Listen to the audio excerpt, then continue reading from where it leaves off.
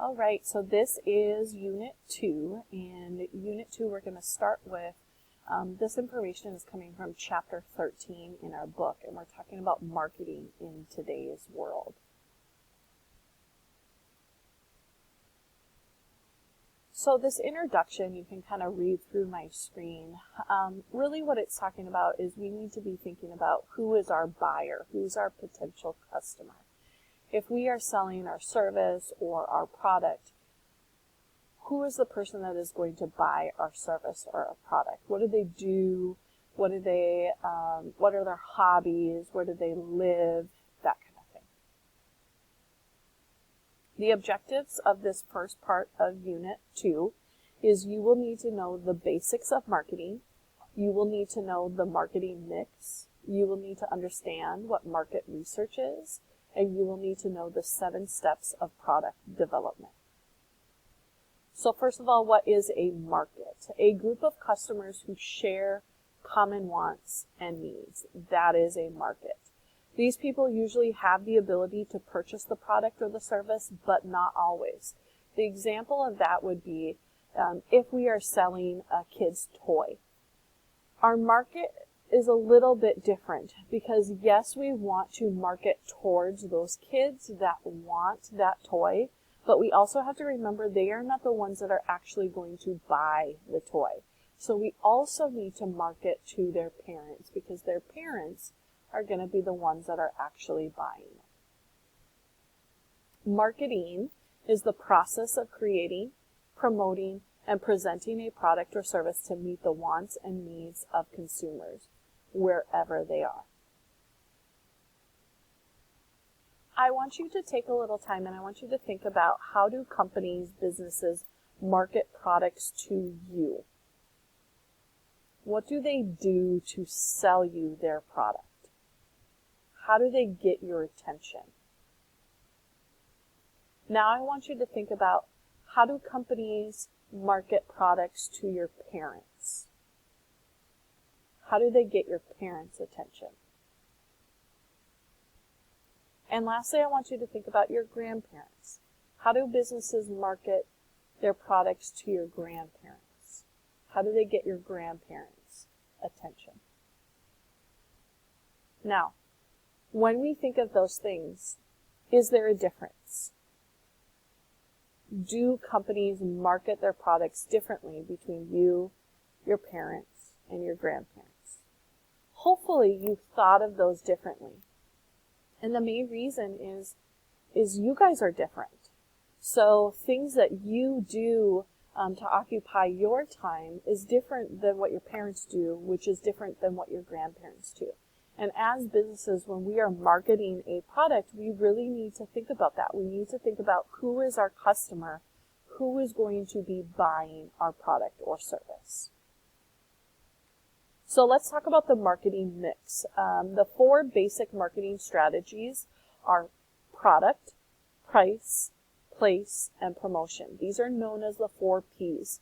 You will need to know these 4 Ps of the marketing mix. Product, price, place, and promotion.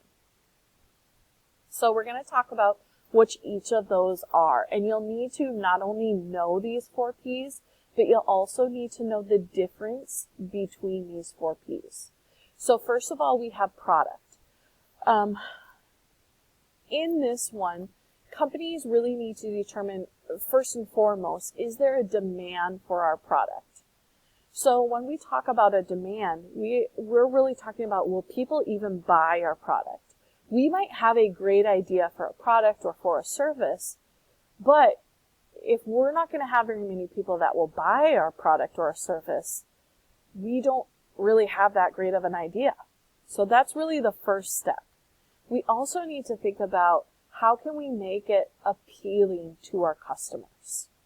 Now, this is really just dealing with an actual product and not with a service. And so a lot of this, when I'm talking about these 4 Ps, I'm going to relate it back to a retailing business. Remember, a retailing business sells a product, not a service. But we can talk about this in relation to a service. We'll do that later on.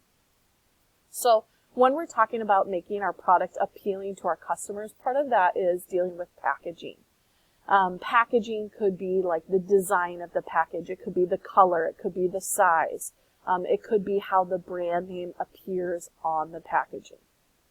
I want you to think about, have you ever gone into a gas station and bought a bottle of water? When you do this, water is all the same. Well, some people will say that it tastes different. But when you go into that gas station, there might be multiple different coolers that have different types of water in that. And so I want you to think about, how do you choose the water that you choose? Do you choose it based on the size of the water? Do you choose it based on the price of the water? Do you choose it based on the design, the packaging of the water? Or maybe it's the brand of the water. All of those things can make a difference. So when we talk about all the different types of water, when you can go into that gas station and buy it, us as a business, how are we going to make our bottle of water stand out against our competition? And sometimes that might just be the packaging. Our next P is place. Place deals with how and where customers are going to be able to buy our goods and or our services. And so underneath place, when we're talking about this, we talk about the channel of distribution. And the channel of distribution is just the way that we get our products to our consumers. And there really are two main types of distribution, channel distributions. We have our direct distribution and we have our indirect distribution. Direct distribution is when goods are sold from the producer to the consumer. Now, you're going to need to think back to Unit 1. What does a producer mean? A producer, remember, is the business that gathers materials in their raw state. The consumer is the person that consumes that good, that uses that good, the last buyer of that good. So really, we are just saying that we are selling it from the business, the business that gathers that raw good directly to that consumer, the last buyer of that good. Now, a perfect example of this would be a farmer's market. I don't know if you've ever been to a farmer's market or have heard of one. A farmer's market is usually a place where people are able to bring maybe their fruits and vegetables and sell them to consumers. That is an example of direct distribution. Now, indirect distribution means that it's going to involve one or more intermediaries. So the way that I think about this is how many times that good is going to change hands. When we think about Target, Target is buying from a wholesaler. That wholesaler is going to get that product from someone else. So it's changing hands multiple times. When we think about that direct distribution and that farmer's market, that good is only changing hands once. It's going from the farmer to the consumer. So there's one change of hands. The next P is our price. And price, this is where we need to figure out as a business, how much are we going to sell our product for? And there are really three main questions that we need to consider when we're figuring out our price. Number one, how much are customers willing to pay?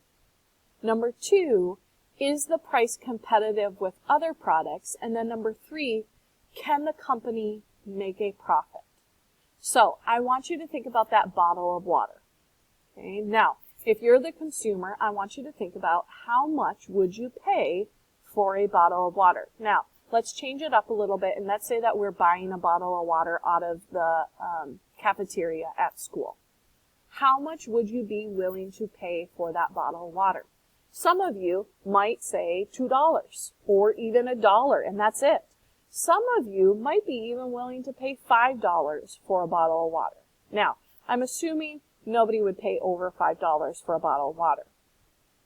Next question, is the price competitive with other products? Now we have to think about, where else could our consumer get water from? They could go down to Don's Car Wash. They could go into the school store.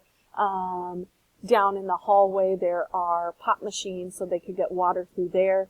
And what are the prices of those bottles of water? Now, if those prices are 50 cents or $1, we probably can assume that most students are going to go to those locations to get their water instead of buying water from the cafeteria. Next thing is we got to make sure that we're making a profit. And number 3 is really important because yes, we can answer 1 and 2, but if we're not making a profit, well, then what's the point? Okay. So let's say that it costs us $1 to make each bottle of water. We now know that we need to charge over $1 to make sure that we are making a profit. So that would be called our break-even point. And our break-even point is the point at which the sales equal the cost of developing and offering that product. So if we know the water costs us $1 to make it, produce it, package it, we now know that we need to sell our bottle of water for more than $1 at our break-even point. Okay, the last P is our promotion. And promotion is probably what we think of most when we think of marketing. And this is just how we're going to make our customers aware of our product. I would say a lot of people, when they think of marketing, they also think of advertising. And that's probably the main thing that they think of. But there's more to marketing than just advertising. Now, in recent years, people in the marketing world have kind of discussed that there should maybe be a 5th P added to that marketing mix, and that 5th P would be called people. And really the whole idea behind this is that our market is going to depend on the people that are involved in that. And so we need good employees and we need good customers as well. I want you to think about times that you've gone shopping before. Have you ever made a purchase just because of that employee that's helped you and has encouraged you and influenced you to make that purchase? I know that I have. And now I want you to think of the other way. Have you ever not made a purchase because of that salesperson, because of that employee? Again, I know that I have been affected by that salesperson, either helping me make a purchase or discouraging me from making that purchase. So as a business, employees can make a big difference in making that sale or not making that sale. And then same thing with our customers. We have to have good customers that are going to continue to come back and buy our products. And that's a part of the marketing mix as well. I'm going to stop the video here. So that's going to be the end of the first section of Unit 2.